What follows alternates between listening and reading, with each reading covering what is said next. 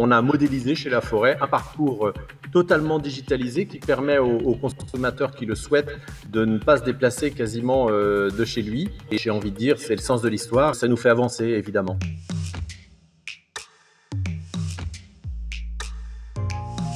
La crise sanitaire a bouleversé le marché de l'immobilier. Mais une chose n'a pas bougé, l'intérêt pour la pierre, la valeur refuge. Certains groupes se relèvent à peine. Laforêt, lui, affiche sa deuxième meilleure année de tous les temps. Pourquoi? Et si le modèle de la franchise à l'heure du digital, c'était le secret? Yann Géano, président du groupe, va tout nous dire. Portrait.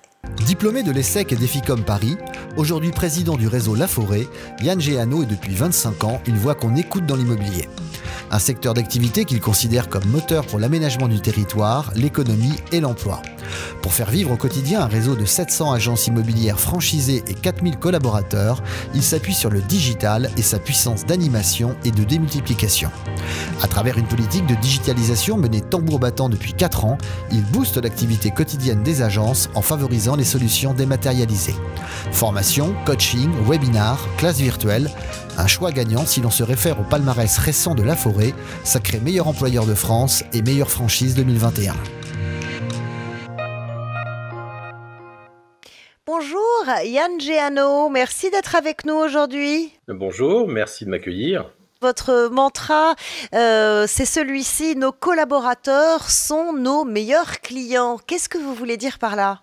Nous sommes dans un métier de service. Nos collaborateurs sont au contact direct avec les clients qui viennent nous voir parce que Laforêt est une marque. Donc, nos collaborateurs incarnent la marque auprès du consommateur et on se doit de les chouchouter, de leur apporter de la formation, du bien-être, de l'accompagnement pour qu'ils puissent transmettre le mieux possible cette expérience aux consommateurs immobiliers.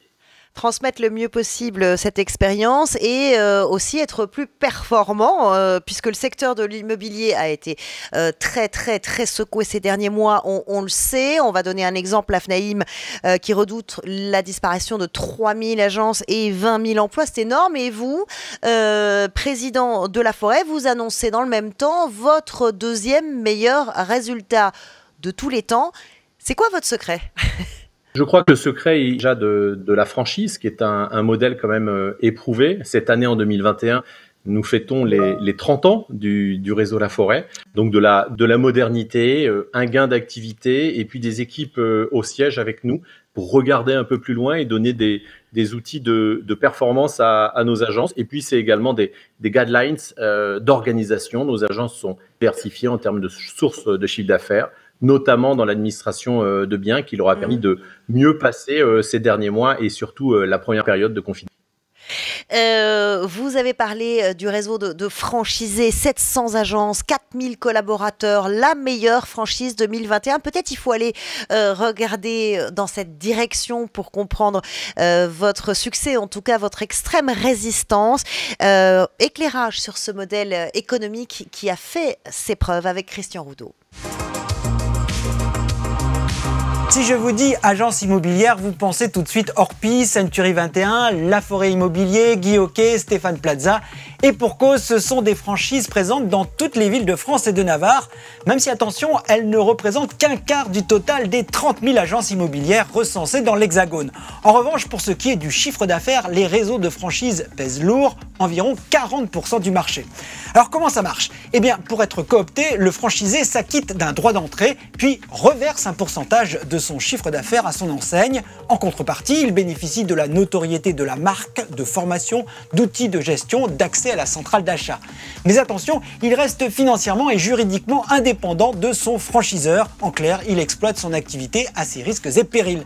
Ceci dans un secteur par nature très volatile, avec en toile de fond une concurrence de plus en plus féroce des mandataires immobiliers, ces indépendants qui travaillent exclusivement sur Internet. Alors voilà, c'est un modèle qui marche extrêmement bien et qui résiste extrêmement bien. Pourquoi, d'après vous? Alors, en parlant d'immobilier, déjà, c'est un métier pour un chef d'entreprise qui ne nécessite pas d'investissement dans des machines ou dans des stocks. Donc, c'est quand même un point extrêmement important. C'est un métier de prestation de services. Et puis le secteur de l'immobilier, on oublie de le dire, il est intimement lié aux événements de la vie. On quitte le domicile familial parce qu'on est diplômé, qu'on a trouvé son premier emploi. On va chercher une location, on se met en couple, on va commencer à acheter, on va commencer à investir. Et puis plus tard, les enfants vont quitter la grande maison. Il va falloir se recentrer vers le centre-ville. Donc c'est un marché finalement qui ne connaît pas de coup d'arrêt ferme et définitif, loin de se loger. Quand bien même il y aurait une épidémie ou un confinement, malheureusement un couple qui se sépare ne met pas cette séparation en stand-by, et donc les projets de la vie continuent à alimenter la spirale immobilière. Et puis derrière, la puissance de la franchise qui duplique un modèle qui va jusqu'à la gestion financière de l'entreprise, au choix stratégique. Ce que l'on recherche dans la franchise, c'est d'apporter plus de performance, que nos partenaires franchisés développent leur business, développent leur patrimoine, qu'ils soient heureux, et ça leur permettra de bien suivre les évolutions qu'on veut donner à notre modèle. Vous parlez carrément d'aménagement du territoire pour un acteur privé. C'est rare. Ça veut dire quoi? Ça veut dire que ce modèle de la franchise, il vous permet aussi une implantation locale, un maillage territorial, c'est-à-dire une couverture du territoire. C'est important, ça, en termes notamment de création d'emplois? C'est important en termes d'entreprise, c'est important également en termes de perception du marché immobilier, et puis c'est important pour exprimer un avis sur cette problématique plus large qui est celle du logement, et qui passe en effet par l'aménagement du territoire, qui est un sujet mis de côté depuis plusieurs années par nos décideurs politiques, hélas. Vous parliez de collaborateurs, d'agents immobiliers qui sont heureux, on l'espère. Regardez, ce modèle de la franchise, il rendait déjà les collaborateurs, les franchisés heureux il y a plusieurs décennies. Prenons le cas d'Annie Evrard, franchisée par Fildar. Nous avons un contact avec la clientèle, la vente, la réception des marchandises, le rangement, la gestion. Vous êtes en somme lié avec le franchiseur? Oui, mais je me sens beaucoup plus en sécurité que si j'étais indépendante. Alors sur le book, il y a les dessins, il y a ce qu'il faut mettre comme chocolat, par exemple dans les œufs, comment mettre le ruban, comment installer les sections, comment installer les vitrines. C'est exactement comme un mariage. On est sûr de bien être aidé. On est sûr de bien... Ça coûte un petit peu plus cher. Mais après tout, on est bien aidé et on a de la bonne marchandise qui est donc bien choisie, bien triée, qui est à un bon prix.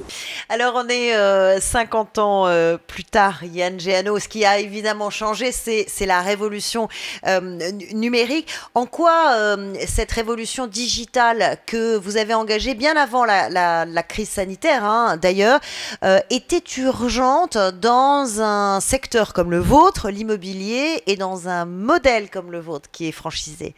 Alors déjà, ce reportage, il est magnifique parce que 50 ans plus tard, on retrouve les mêmes mots que ceux qu'on entend dans la franchise. Ça n'a pas évolué de ce côté-là, mais en effet, sur les outils, ça a évolué beaucoup. La digitalisation, c'est aujourd'hui une digitalisation contrainte, puisqu'on a des consommateurs qui vont vouloir choisir et qui vont vouloir également avoir des possibilités de travailler à distance avec des messageries instantanées, de signer en étant en vacances, ou en ce moment on ne parle pas trop de vacances, mais en tout cas assez loin avec de la signature électronique, de pouvoir revivre une visite avec de la visite virtuelle, de pouvoir avoir un coffre-fort électronique en ligne pour y déposer son titre de propriété pour son logement et être rassuré. Donc en effet, on a modélisé chez Laforêt un parcours totalement digitalisé qui permet aux consommateurs qui le souhaitent de ne pas se déplacer quasiment de chez lui, même si pour visiter un logement, on n'achète pas une paire de chaussettes comme on pourrait le faire facilement sur un site marchand.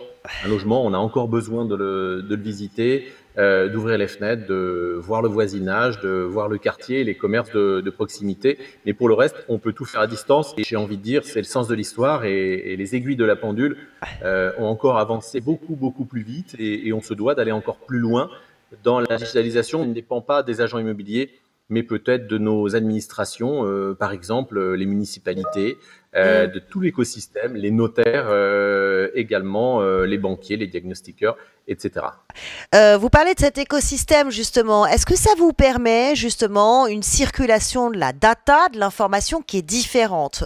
Autrefois, on avait une information descendante qui allait de la tête en pyramidale jusqu'à tout le réseau.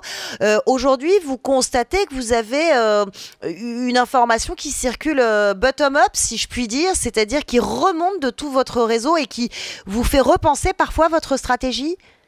Oui, en tout cas, il y a plusieurs modèles de partage de l'information. En effet, on est depuis longtemps dans de l'information descendante.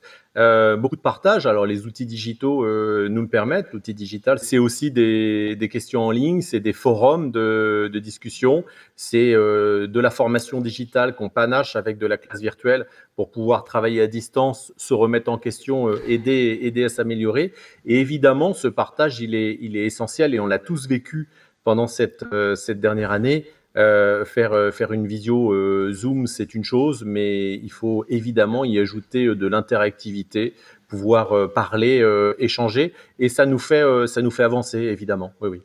Vous y ajoutez de la musique aussi, vous avez fait des DJ sets le vendredi soir qui marchaient vachement bien, vous nous avez dit. C'est un instrument de cohésion, le digital aussi. C'est génial, ces DJ sets. Dans quelques instants d'ailleurs, après notre interview, je n'ai pas un DJ set, mais j'ai un jeu en ligne, en effet un blind test, avec une partie du réseau pour justement se détendre un peu et puis apprendre à partager autre chose que de la performance commerciale, que du juridique, que de la satisfaction client, développer une cohésion, et c'est important puisque on a été élu cette année en 2021 encore meilleur employeur de France par le classement Capital, ce qui est quand même un véritable tour de force.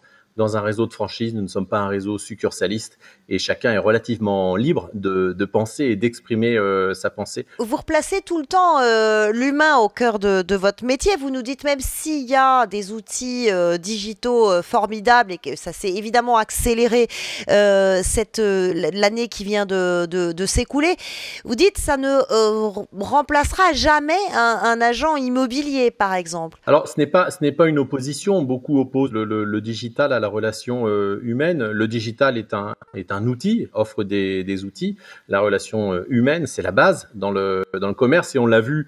Je peux prendre un exemple durant le premier confinement, notamment quand on a un étudiant qui était locataire à Paris et qui avait dû rester dans sa famille à Caen et qui ne savait pas s'il avait coupé l'électricité. Et ben là, il s'est rendu compte que l'agent immobilier qui connaissait le numéro du gardien, et le gardien pouvait aller vérifier. C'est la même chose quand on avait signé pour une acquisition. En ce moment où on nous a dit confiné, on sort plus de chez nous. Quand vous avez signé pour acheter une maison, pour déménager, pour mettre vos enfants dans d'autres écoles, vous êtes complètement paniqué. Et là, c'est pas un site internet qui vous donne une réponse où est votre dossier, c'est quelqu'un qui vous explique, qui vous rassure, qui échange, qui vous tient au courant. Donc cette valeur de l'humain, c'est la vraie valeur de l'agent immobilier, finalement.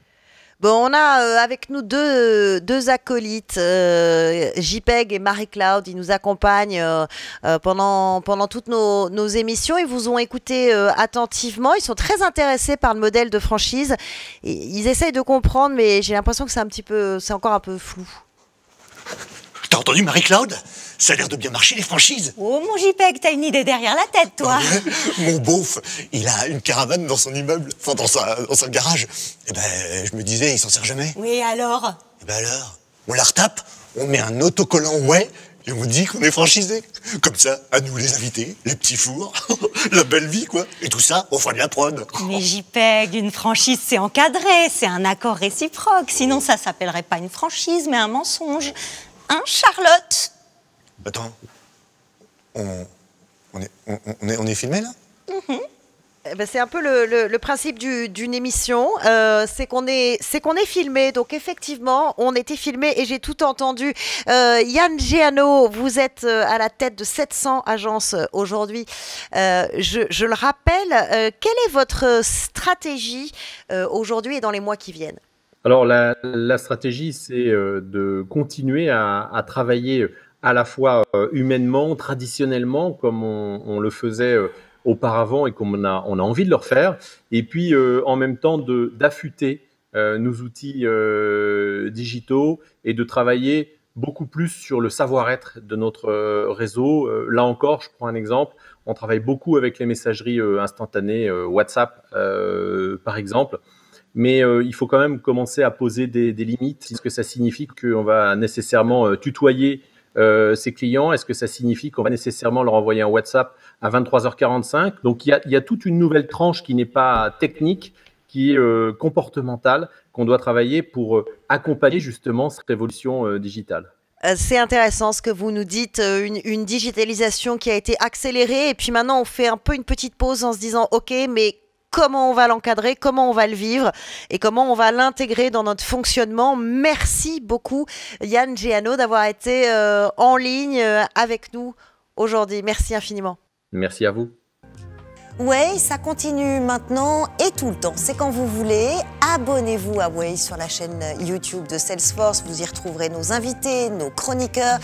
Activez la petite cloche et dites-nous ce que vous en pensez. Nous lisons vos messages, nous les prenons en compte. Rejoignez-nous sur Way.